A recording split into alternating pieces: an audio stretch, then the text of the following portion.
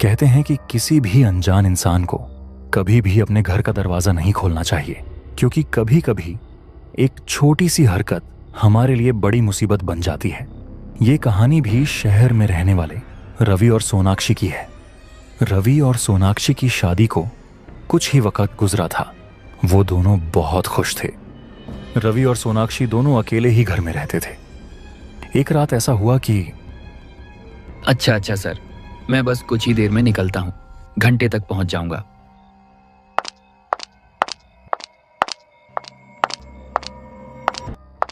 Sonakshi, office से call आया था, बहुत जरूरी काम है, मैं अभी निकलता हूं। लेकिन सोनाक्षी, अपना ख्याल रखना, मेरा पता नहीं मैं कब वापस आऊं। रवि, तुम मेरी फिक्र मत करो। अकेले मैं रह रही हूं और परेशान तुम हो रहे हो। लेकिन फिर भी मैं तुम्हें अकेला छोड़कर जा रहा हूं। लेकिन वादा करना कि जैसा मैं कहूं वैसा ही करना है। बाहर गेट किसी के लिए नहीं खोलना, अपने साथ चाकू या कुछ रखना, और अकेले रात को बाहर नहीं जाना। हाँ बाबा, हाँ, मुझे सब पता है। तुम बिल्कुल बेफिक्र होकर जाओ, मैं अपना ख्याल अच्छे से रख लूंगी। हमें वैसे एक केयर टेकर को रखना चाहिए था। अब तुम्हारे साथ कोई ना कोई तो होता। अच्छा खैर, अभी तो मैं चलता हूं, फिर देखते हैं। ये कहकर रवि वहां से काम के लिए चला गया और घर में सिर्फ सोनाक्षी रह गई। फिर कुछ देर बाद वो अपने बिस्तर पर चली गई और लेट गई। थोड़ी ही देर में उसकी आंखें बंद हो गईं और वो हल्की नींद में ही थी कि अचानक उसे घर के बाहर से गेट के खटखटाने की आवाज आने लगी।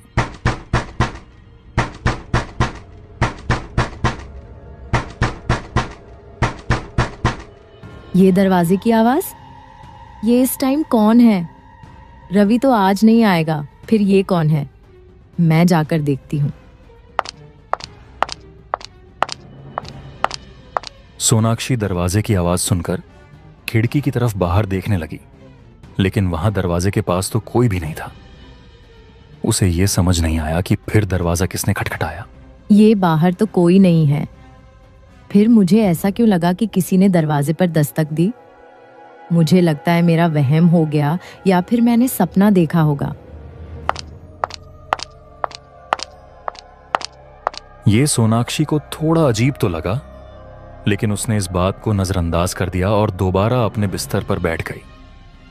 वो अब भी बिस्तर पर बैठी ही थी कि अचानक बाहर दरवाजे के जोर से खटखटाने की आवाज आने लगी।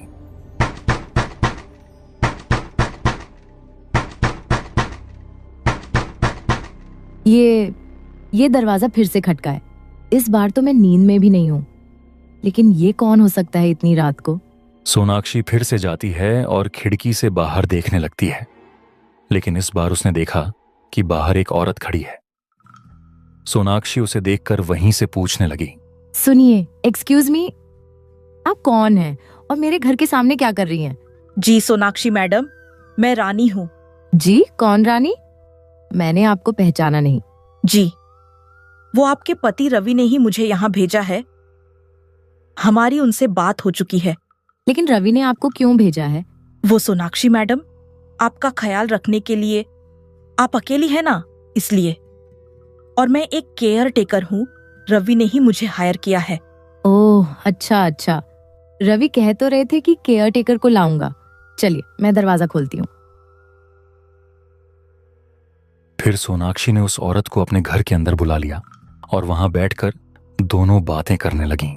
जी, आप क्या बहुत देर से बाहर खड़ी थी? हाँ, मैं बहुत देर से दरवाजा खटखटा रही थी, लेकिन किसी ने नहीं खोला। हाँ, वो मैं थोड़ी सो गई थी, इसलिए शायद आवाज ठीक से नहीं आई। वैसे आपने इससे पहले कहाँ काम किया है? हम तो बहुत सालों से ये काम कर रहे हैं मैडम। जो अकेला होता है, हम वहां पहुंच जाते हैं, मतलब उसकी मदद के लिए। थैंक यू, आप बहुत अच्छे समय पर आ गईं। मैं खुद भी आज अकेली थी। आपने खाना खा लिया मैडम? अभी तो नहीं खाया। मैं सोच रही थी कि थोड़ी देर बाद खाना बनाकर खा लूंगी। अच्छा मैडम, आप फिक्र मत करें, अब मैं आ गई हूँ। मैं आपके लिए जल्दी से खाना बना लूंगी। आप बताइए, मैं क्या बनाऊं? सब्जी बनाऊं या गोश्त? नहीं नहीं, गोश्त नहीं खाते हम। आप ऐसा करें कि बस सब्जी में कुछ अच्छा बना लें जो आपको अच्छा लगे। अच्छा ठीक है, मैं आपके लिए भिंडी बनाती हूँ। उस औरत ने फिर सोनाक्षी के लिए खाना बनाया। खाना इतना मजेदार बना था कि सोनाक्षी ने सारा खा लिया। क्या मजेदार खाना बनाया था रानी जी, मैंने अभी तक इतना स्वादिष्ट खाना नहीं खाया। अब तो आप हमेशा हमारे साथ रहेंगी, हमें भी आपकी बहुत ज्यादा जरूरत थी। ठीक है मैडम, आप बेफिक्र हो जाइए, हम आपका और घर का पूरा ख्याल रखेंगे। हाँ सच में, आपके आने से हमारे बहुत से मसले हल हो जाएंगे। रवि भी ज्यादा काम में बिजी रहता है और मैं अकेली रह जाती हूँ। हाँ बिल्कुल।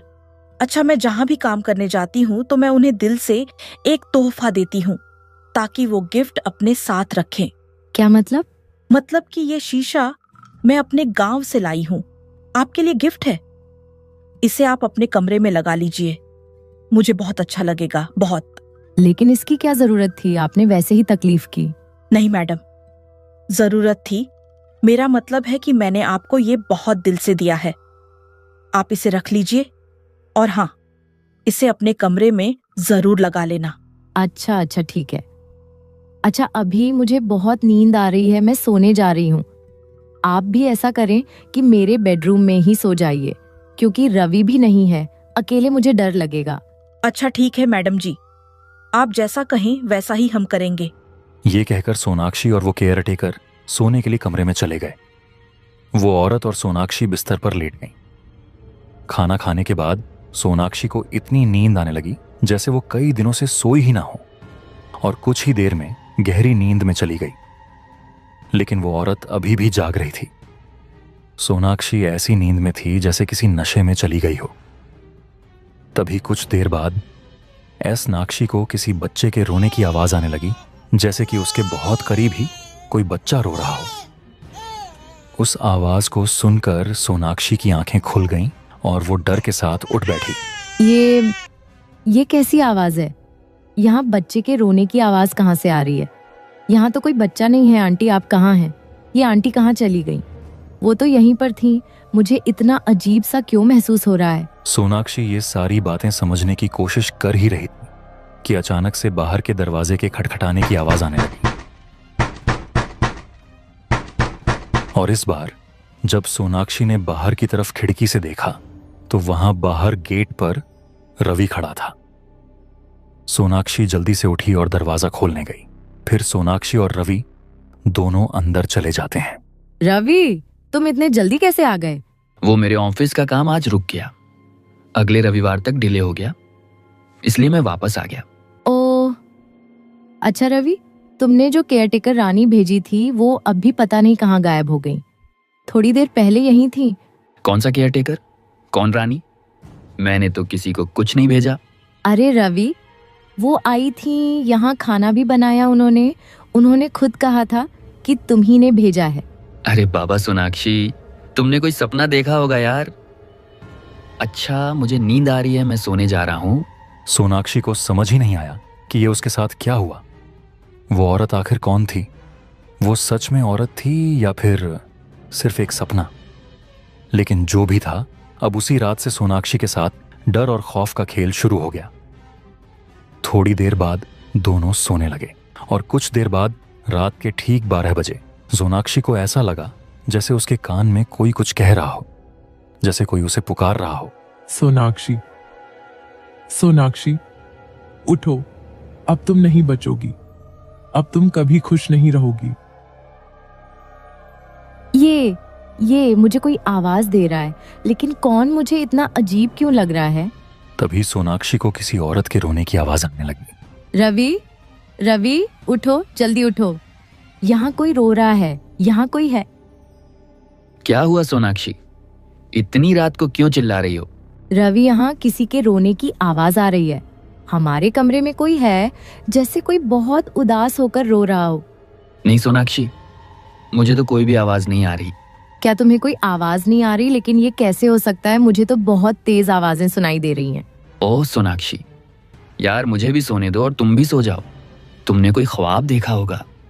सोनाक्षी ने भी ये सोचकर कि ये उसका वहम है दोबारा सोने की कोशिश की, लेकिन उसे क्या पता था उस रात से एक डरावना खेल शुरू हो चुका था। अब जब भी सोनाक्षी घर पर अकेली होती तो उसे हमेशा ऐसा लगता जैसे उसके पीछे कोई साया खड़ा हो, लेकिन जब वो मुड़कर देखती वहां कुछ भी नहीं होता। हर रात जब वो सोने लगती तो उसे किसी के रोने की और अजीब अजीब सी आवाजें आने लगती जो उसे सोने नहीं देती थीं। धीरे धीरे उसमें गुस्सा भी बढ़ने लगा। जब भी रवि उससे किसी काम के लिए कहता तो वो अचानक उस पर चिल्लाने लगती। ये सब देखकर रवि को भी अब बहुत अजीब लगने लगा, क्योंकि सोनाक्षी पहले कभी ऐसी नहीं थी। इसी तरह एक दिन परेशान हालत में सोनाक्षी उस शीशे के सामने खड़ी थी, वही शीशा जो उसे उस औरत ने दिया था। लेकिन शीशे की तरफ देखते देखते अचानक उसे उसमें एक भयानक साया दिखाई देने लगा। वो डर से कांप गई और जोर से चीखने लगी।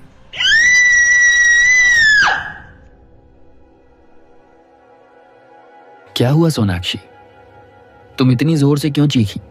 वो रवि, वो इस शीशे में कोई था। मैंने अभी देखा, इस शीशे में कोई साया था, कोई भयानक चीज थी। क्या हो गया सोनाक्षी तुम्हें? तुम ये कैसी बातें करने लगी हो? जिस रात हम गए थे उस रात से तुम अजीब सी हो गई हो। और ये शीशा, ये कहां से आया है? रवि, ये वही शीशा है ना जो मैंने तुम्हें बताया था। ये उस केयरटेकर ने मुझे गिफ्ट में दिया था। कहाँ था? कमरे में लगाना है। ये बातें सुनकर अब रवि बहुत परेशान होने लगा और उसे इतना अंदाजा हो गया था कि सोनाक्षी के साथ कुछ तो अजीब हुआ है। कुछ देर बाद रवि दूसरी जगह जाता है और अपने जानने वाले रमेश बाबा को कॉल करता है। रमेश बाबा ऐसी चीजों को देखते थे, अगर कोई मसला साया या किसी और बुरी ताकत से जुड़ा होता तो वो उसे ठीक कर देते थे। रमेश बाबा जी, मेरे बीवी सोनाक्षी ठीक नहीं है, वो बहुत अजीब सी हो गई है। आप जल्दी मेरे घर आ जाइए प्लीज, जितना जल्दी हो सके आ जाइए। अंधेरी काली रात थी और रवि के घर का माहौल बेहद भयानक था। कुछ देर बाद वो बाबा जी रवि के घर आ जाते हैं और रवि उन्हें अपने साथ ले जाता है। रवि उन्हें सारी पूरी बात बताता है। इतने में ही सामने से एक डरावनी हंसी की आवाज आती है और जब वो दोनों सामने देखते हैं तो सामने सोनाक्षी अजीब सी हालत में हवा में थी और जोर जोर से हंस रही थी।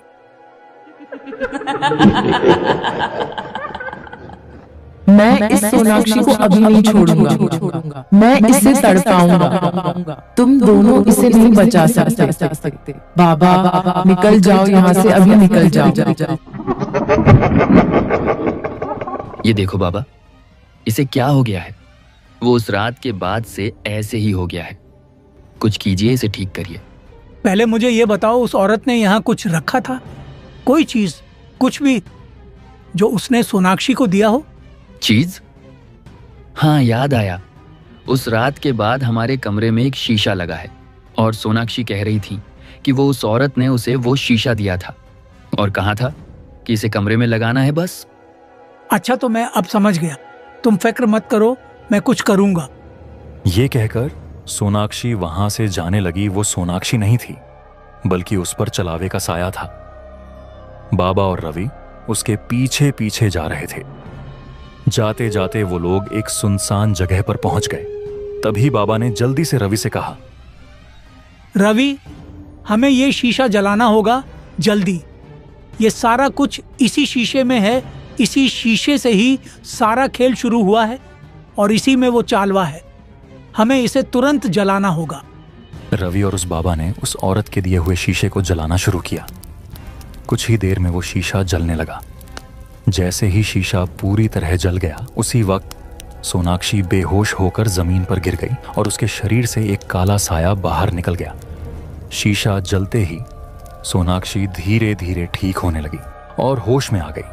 रवि ने उसे संभाला और दोनों घर वापस आ गए, जहां सोनाक्षी को आराम करने के लिए लिटा दिया गया। रवि ने टाइम पर बाबा को बुला लिया, जिसकी वजह से सोनाक्षी से जल्दी वो छलावे का साया निकल गया।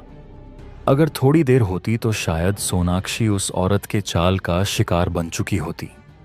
इसलिए कभी भी किसी अनजान इंसान के हाथ से कुछ खाना नहीं चाहिए और ना ही उससे कोई भी चीज लेनी चाहिए। क्योंकि आजकल लोगों का पता नहीं कि कब क्या कर दें आपके साथ, क्योंकि बहुत से लोग आपकी हंसी खुशी जिंदगी से दिल ही दिल में जल रहे होते हैं। गाइस, हमारे वीडियो को लाइक करें, शेयर करें और अपनी राय कमेंट में लिखें। थैंक्स।